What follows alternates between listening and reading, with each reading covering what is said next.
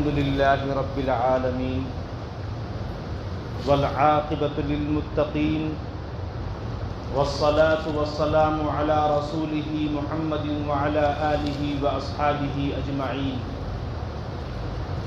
قال الله سبحانه وتعالى: أعوذ بالله من الشيطان الرجيم بسم الله الرحمن الرحيم. إنا أنزلناه في ليلة القدر وما أدراك ما ليلة القدر ليلة القدر خير من 1000 شهر تنزل الملائكة والروح فيها بإذن ربهم من كل أمر سلام هي حتى مطلع الفجر. قابل صد احترام بزرگوں دوستو، اللہ سبحانہ و تعالی کا بے انتہا فضل اس کا کرم ہے کہ رب کائنات نے ہم کو ماہ مبارک عطا فرمایا، اور اس ماہ مبارک کا یہ آخری عشرہ جس کو اللہ کے نبی صلی اللہ علیہ وسلم نے فرمایا کہ یہ نجات کا عشرہ ہے. رمضان المبارک کا آخری عشرہ یہ آگ سے خلاصی کا عشرہ ہے، نجات کا عشرہ ہے.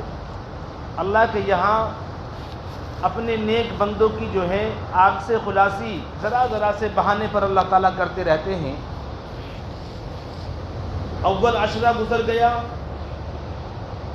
اور رمضان کا اوسط جو ہے حصہ گزر گیا. ہم نے رمضان میں کیا کچھ کیا ہے ہم سب جانتے ہیں. روزوں کے تعلق سے اور تراویح اور قرآن کریم کے تعلق سے ہم سب جانتے ہیں کہ ہم نے اللہ کو کتنا راضی کرنے کی کوشش کی ہے. کوئی کسی کے بارے میں کیا کہے. اور یہ ماہ مبارک جس کی زندگی میں آئے اور اللہ کے یہاں اس کی مغفرت نہ ہو تو فرمایا کہ وہ انسان ہلاک ہو گیا ہے، برباد ہو گیا وہ انسان. حدیث مبارکہ میں اللہ کے نبی صلی اللہ علیہ وسلم نے فرمایا، ایک صحابی بیان کرتے ہیں کہ ایک مرتبہ اللہ کے رسول صلی اللہ علیہ وسلم مسجد نبوی میں تشریف لائے اور ممبر پر بیٹھ گئے. ممبر کے قریب ہو کر عرض کیا کہ اے لوگوں ذرا آگے آ جاؤ. ہم سب حاضر خدمت ہو گئے، قریب بیٹھ گئے. اللہ کے نبی صلی اللہ علیہ وسلم نے ممبر کے پہلے درجے پر جو ہے قدم رکھا. آپ نے فرمایا آمین. دوسرے پر قدم رکھا، یعنی دوسرے درجے پر دوسرے قدم پر جو ہے قدم رکھا، آپ نے پھر فرمایا آمین. آپ نے تیسرے درجے پر قدم رکھا، تیسری سیڑھی پر قدم رکھا تو آپ نے پھر فرمایا آمین.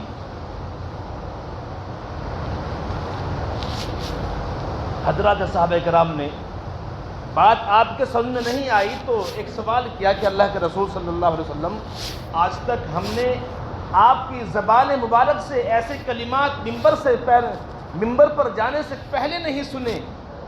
تو آپ صلی اللہ علیہ وسلم نے فرمایا کہ اس وقت میرے پاس جبرائیل علیہ السلام آئے تھے کہ میں قریب تھا کہ ممبر پر جا کر کے جو ہے بیٹھوں، آپ کے درمیان میں وعظ کروں، لیکن اسی درمیان اسی لمحے میں میرے پاس جبرائیل آ گئے اور کہا کہ اے محمد، اے اللہ کے نبی صلی اللہ علیہ وسلم کہو. کیا کہو؟ کہ ہلاک ہو، برباد ہو وہ شخص کہ جس کی زندگی میں، جس کے سامنے یا جو شخص ماہ مبارک کو پائے اور وہ اپنی مغفرت نہ کرائے. میں نے اس پر کہا آمین. یعنی کتنی سخت وعید ہے اور سوچنے کی بات ہے کہ جس کی زندگی میں ماہ مبارک آئے اور اس کی مغفرت نہ ہو. فرمایا کہ جبرائیل نے مجھے تقاضا کیا کہ اے محمد آپ کہو آمین. میں یہ الفاظ کہتا ہوں آپ آمین کہو. یعنی اللہ کے نبی صلی اللہ علیہ وسلم کی آمین نے اور حضرت جبرائیل کے ان کلمات نے کتنی سخت یہ بد دعا بناتی ہیں. ایک ہماری قوم ہے، ایک میں ہوں، ایک آپ ہیں کہ ہمیں ماہ مبارک کی ذرہ برابر بھی قدر نہیں ہے. ہم نے اس ماہ مبارک میں کیا کیا؟ محدثین فرماتے ہیں کہ یہ مغفرت کیا ہے، کیسے محسوس ہو، کیسے معلوم ہو کہ میں مغفرت کا جو ہے حقدار بن گیا ہوں. محدثین فرماتے ہیں کہ نماز کے علاوہ، نماز تو 12 مہینے ہم پڑھتے ہیں، الحمدللہ 5 وقت کی پڑھتے ہیں، الحمدللہ اخلاص سے پڑھتے ہیں، بڑے خضوع کے ساتھ پڑھتے ہیں. ان نمازوں کے علاوہ ایمان والا روزے اور تراویح کو اہتمام سے ادا کرتا رہے. کس چیز کو؟ روزے کا ادب اور احترام اور اس کے جو ہے تمام مستحبات کی رعایت رکھیں، اور تراویح کو ادب اور احترام کے ساتھ، قرآن کریم کو محبت کے ساتھ، دل کے سکون اور اطمینان اور وقار کے ساتھ سنتا رہیں. اللہ کی مغفرت کا وہ حقدار بن جاتا ہے. ایمانداری سے بتلاؤ مسلمانوں، کیا ہم نے یہ دونوں کام کیے ہیں؟ روزوں کا جو احترام، روزوں کا جو ادب ہمیں کرنا چاہیے تھا، کہ ہم نے وہ کیا؟ اپنی نگاہوں کی حفاظت، اپنے ہاتھ پیروں کی حفاظت، اپنے ذہن اور دل کی حفاظت ہم نے کی؟ چلو ہم نے کی ہے تو رمضان کے آخری نماز، یعنی دن کی آخری نماز عشاء کے بعد جو تراویح ادا کی جاتی ہے 20 رکعتیں، کیا ہم نے ان رکعتوں میں قرآن کریم کو محبت سے سنا، تڑپ اور قڑھن کے ساتھ سنا، یا ہمیں یہ بات یا یہ کوشش رہی کہ اللہ کا قرآن پڑھا جا رہا ہے، ہمیں اطمینان اور سکون اور وقار سے سننا چاہیے؟ ہم سب جانتے ہیں کہ میرے دل کے اندر کتنی قدر و قیمت ہیں اور آپ کے دل کے اندر کتنی قدر و منزلت ہیں. کسی کو کہنے کی کوئی گنجائش نہیں. ہم خود غور کریں کہ میں نے کیا کیا. فرماتے ہیں محدثین اکرام کہ وہ شخص مغفرت کا حقدار ہو گیا جس نے 2 کام کر لیے ہیں، جس نے رمضان کے مبارک مہینے میں روزوں کا اہتمام کیا، اور جس نے تراویح کے اندر قرآن کریم کے سننے کا اہتمام کیا، تراویح کے پڑھنے کا اہتمام کیا. ہماری لاپرواہیاں، کوتاہیاں جتنی بھی ہوئی ہیں ہم جانتے ہیں، اللہ ہم سب کو معاف فرمائے. اور جتنا یہ رمضان بچا ہے اللہ تعالیٰ اس کی قدردانی کی توفیق عطا فرمائے. کوئی لمحہ، کوئی ساعت ایسی نہ ہو کہ اللہ کے یہاں سے پکڑ کا ذریعہ بن جائے، اللہ کے یہاں پکڑ کا ذریعہ بن جائے. اللہ کے واسطے، اللہ کے واسطے ایک لمحے کو جو ہے غفلت سے نہ گزاریں. اب سوال کرتے ہیں لوگ، جی آدمی بازار میں بھی جاتا ہے، آدمی جو اپنے کاروبار پر بھی جاتا ہے. بازار میں جانے کے لیے اللہ کے نبی نے منع نہیں فرمایا.